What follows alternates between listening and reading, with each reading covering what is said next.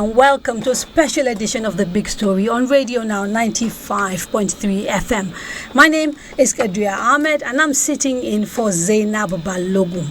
So the people of Edo State went to the polls to elect a new governor last weekend, but questions have been raised about the outcome. The umpire for these elections, the Independent National Electoral Commission, INEC, has declared a winner, Mr. Monday Okpebolu of the ruling All Progressives Party, the APC. But the two leading opposition parties, the People's Democratic Party, the PDP, and the Labour Party, say the result is not a reflection of the will of the people of Edo. In short, they say citizens have been robbed and the results are not credible. Independent civil society groups who monitored the elections agree with the opposition party's claims.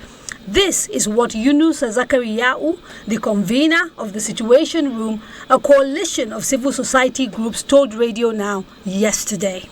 Counting was done in the dark, no light, no electricity, no lamps, and so you can't be sure what was taking place. That's in the stress lack of transparency in the process. In some cases, observers, as even party agents, were chased away from the coalition process. Again, that underlines the credibility of the election process with the lack of transparency. So what does this mean in practical terms for the opposition parties who contested these polls, for the people of Edo who came out to vote, and for the credibility of future elections in Nigeria?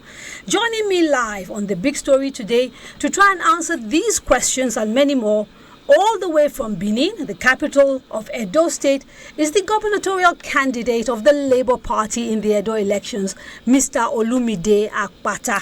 Thank you, Mr. Akpata, for joining us on Radio Now 95.3 FM. Let me start by asking, what, if anything, surprised you about the elections in which you contested in Edo? Well, I would say, if I'm to be really, really honest, the people surprised me. I have been around the state. As an aspirant, I went around the state 3 times. As a candidate, I went around the state twice. I saw the deprivation. I saw the decrepit nature of infrastructure. I saw the suffering. I saw the state of mind of the people, which is they had had enough, or they seem to have had enough. Rigging cannot surprise any Nigerian anymore, right? Ballot snatching will not surprise any Nigerian. Intimidation by the security agencies will not surprise any Nigerian. But I was saying to you before we had our technical hitch that I had been around the state at least twice as a candidate. And the feedback from the people was that they were sick and tired of these two parties who have been running their lives for 25 years and who've almost run them to the ground. And it was, they said, I think we were all in agreement. Our mumu don't do.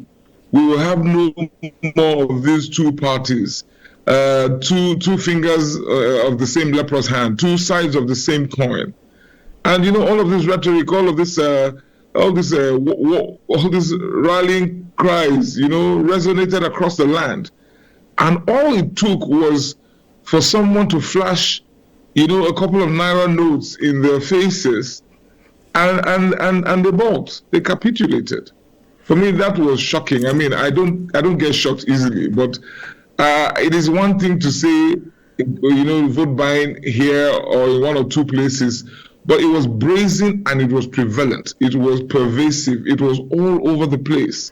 But given the level of poverty, by INEX numbers, given the level of poverty you've described, particularly when you were going around campaigning, why are you surprised that people were sort of talking about or taking decisions based on sort of the need to solve their immediate problems versus, a long-term goal? Because for two reasons. One, we've had these conversations.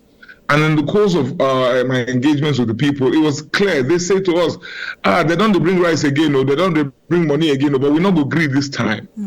we not go agree this time because we don't see say once they give us the money now, we're not going to see them again for another 4 years. By their own testimonies, by their own testimonies, they recognize that this was a black hole they were in, and there's no point repeating this, continuing with this vicious cycle. They were quite aware that these captors of theirs will only come when it's time to take votes, and so they seemed aware, and so they have gone, as the Americans would say, they went in with their eyes peeled. They are very well aware that this is a dead end, but they went in anyways. So I must tell you, that surprised me. And yes, there's poverty, but Kaderia, there's poverty in India. Poverty in a form that you and I may never have encountered anywhere else in the world. But whenever the Indian elections come up, I have never heard of this vote buying thing coming up in India. So Mr. Akpata, let me ask you to clarify something. Are you therefore saying that people sold their votes, but they did sell them to the ruling party, and therefore the results declared by INEC are kosher? So the elections, there are two parts to it. At the beginning of the day, it was quite clear that Labour Party had there was no way we could even participate in this exercise. We did not come to the war with the right tools. You don't come to a gunfight with a knife. So we came to the war with no money, we didn't have the cash, right? And even if we had the cash, Kadera, we did not have the inclination to spend money buying votes. I lost in my own unit. Kadera, I mean, at least even if I am so broke, if it was a matter of money, I would find the money to buy the votes in my unit, right? So, but I had no such inclination. Now, so as the day went along, right, it became clear that it was a bidding war between the PDP and the APC. Now, the PDP, being the government on the ground, had started this process of vote buying even before the elections.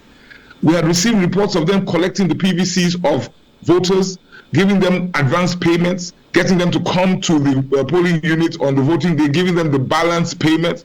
So they had started. So they were actually ahead of the APC, but the APC came with all guns blaring, or should I say they came with bullion vans blaring. So at the end of the day, they outbid the PDP. So which is why I have no sympathies for the PDP, because they were part of this game, When vote buying had reached a crescendo, had reached a point where I think both parties were comfortable and they knew that, okay, they had reached the end, they had reached the point where money could take them no further. That is when the manipulation started.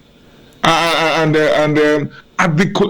you read the Yaga report, at the collation centers, then the fiddling with numbers started. Number allocation, everybody is smart now. Rigging is a bit more scientific. So they try to stay with the bottom line, which is number of accredited voters. Sometimes they messed up if you look at the numbers, but they try to stay within the bottom line.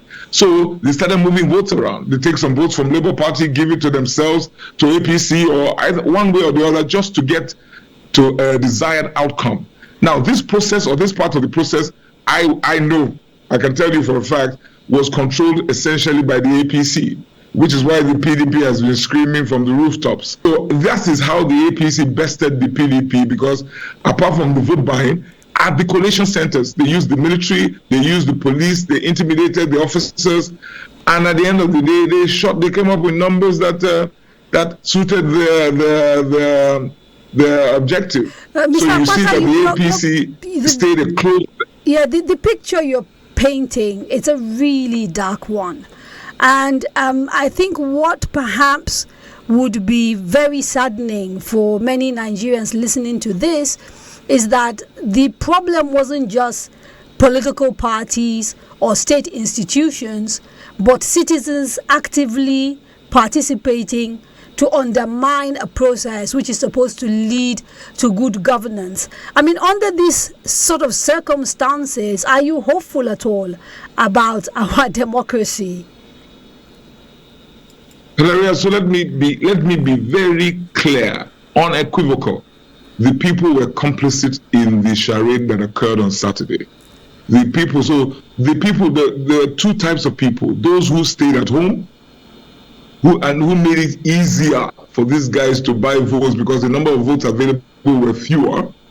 That's the first group of people. Then those who came out and actually were looking for the best deal in town in terms of who will pay the highest for their votes. Then the last those who actually came out and voted 21st of September, but they're very few. But I will not tar all the voters with the same brush. That group still remains. But yes, it is indeed it was a tragic day for me. I was so, not just because I was on the ballot, I wasn't thinking of myself, I was thinking of my country. Which for me, which ties into your question, do I remain hopeful? I can't give up. Hope springs eternal, as they say. And we must continue to let the people know that this is the road. Traveling down this road will not do anyone any good. It is an ill wind that we can't give up. This is what public service is about. This is what coming out for the people is about. It's frustrating, very painful.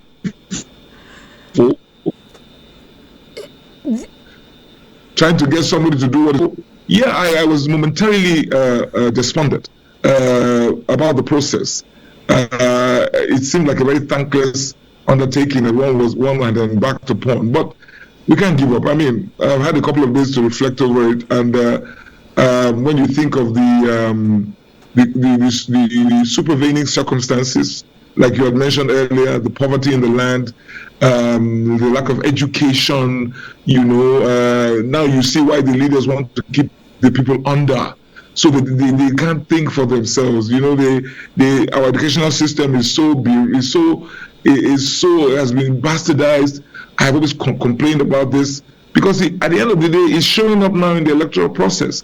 The people are just unable to join the dots, connect the dots between their present situation and those who are responsible for that situation. Okay, now it's alarming. It's actually quite... Yeah, we were talking obviously about those who came out to vote, and the majority of them, based on what you saw, were choosing to sell their votes, but still it was a low turnout considering the sort of number of people who were registered to vote across the state.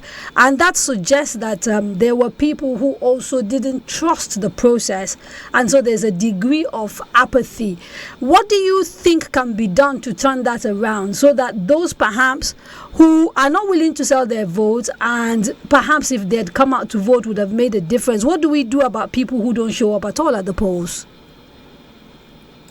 Yeah, so in my previous intervention, I had mentioned that there are three groups of people: those who stayed at home, and that by itself was a choice, and they made it easier for those who were purchasing votes to purchase because they didn't have to spend that much because there were fewer votes on offer. Then those who were selling their votes, and of course those who actually came out to vote their conscience. So yes, voter apathy is a Nigerian issue, because there's a trust deficit. It's all over the country. If I remember correctly, the election that brought in Professor Soludo in Anambra State, if my numbers are right, was somewhere around the 5%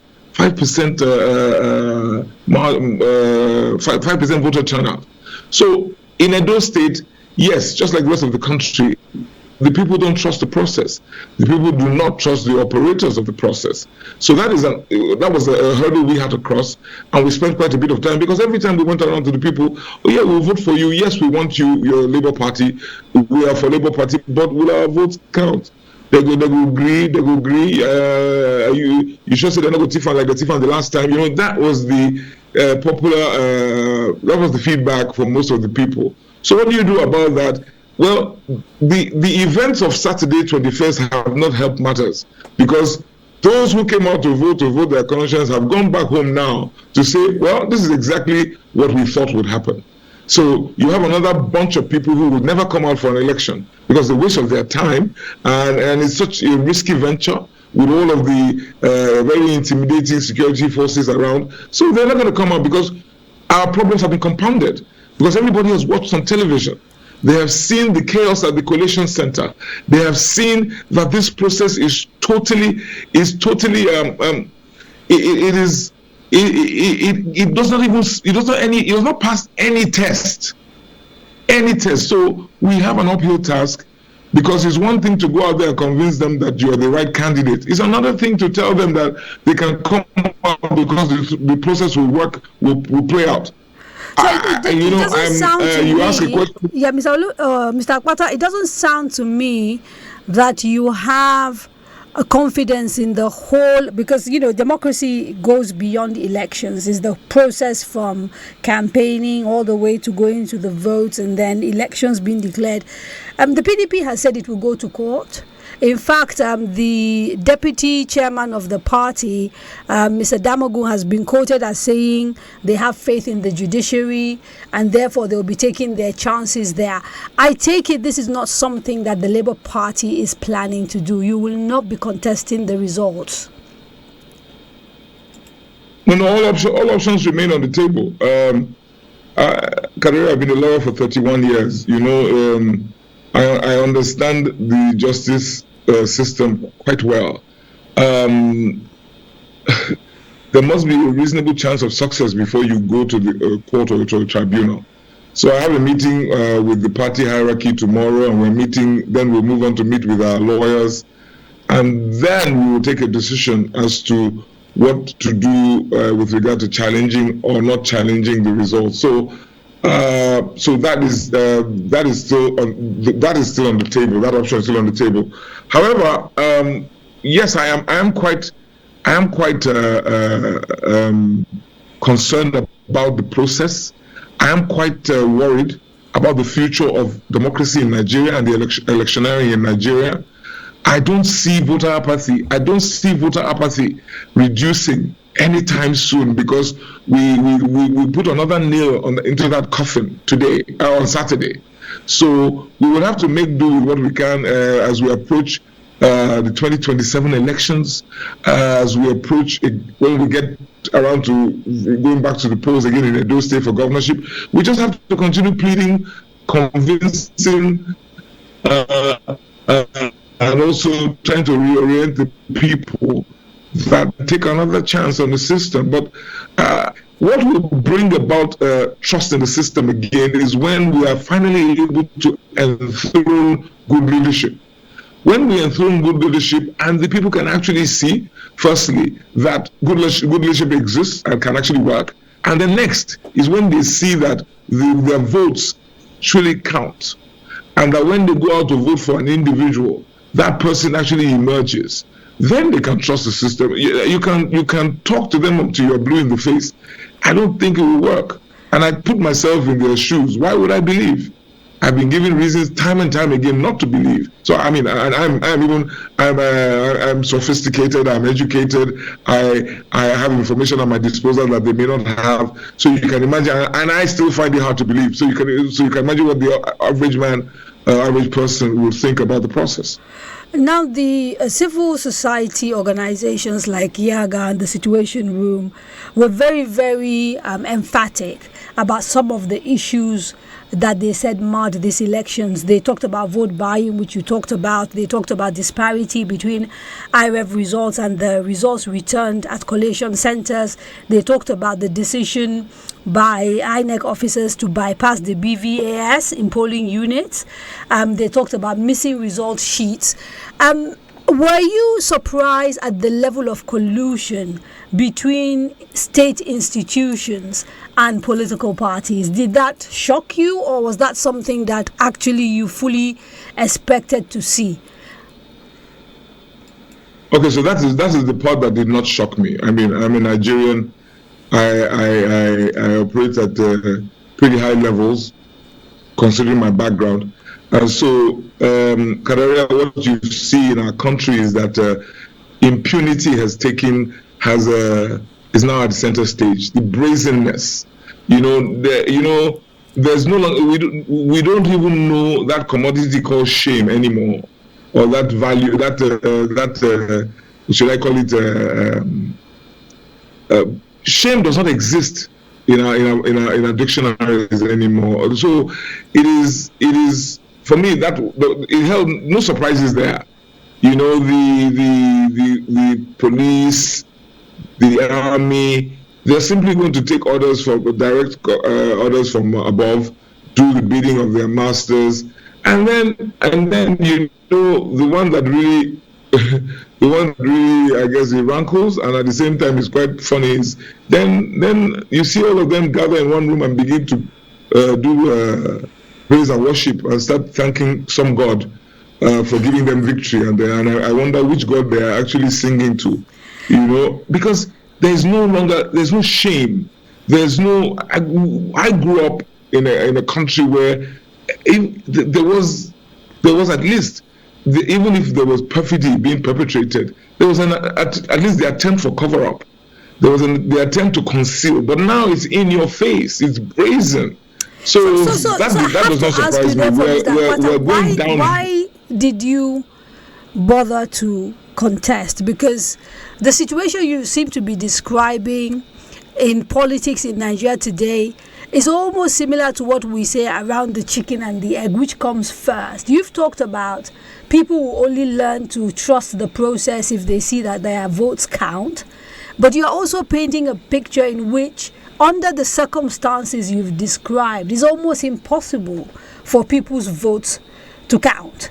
So, I mean, it would almost seem as if the outcome is sort of predetermined. Why did you bother to throw your hat in the ring and attempt to do what seems to be the impossible based on your experience and your explanation? Because I can feel, I know that we're at breaking point, Kadaria. I know that we are sitting on a keg of gunpowder, and I know that if the people, which is why I said to you that what surprised me was the people and their reaction. 2023 with Peter Obi running for president, we saw the people move, and Peter Obi garnered votes that no other party outside of the so-called big party circle has ever been able to garner. Indeed, we still continue to believe that he won that election. And so we were hoping, I was hoping that we would find that trigger where the people, because I mean, look at this. Mr. Akpata, we will have to take a quick break, and when we come back, we'll carry on. You've been listening to The Big Story on Radio Now, 95.3 FM, Lagos. This is Radio Now.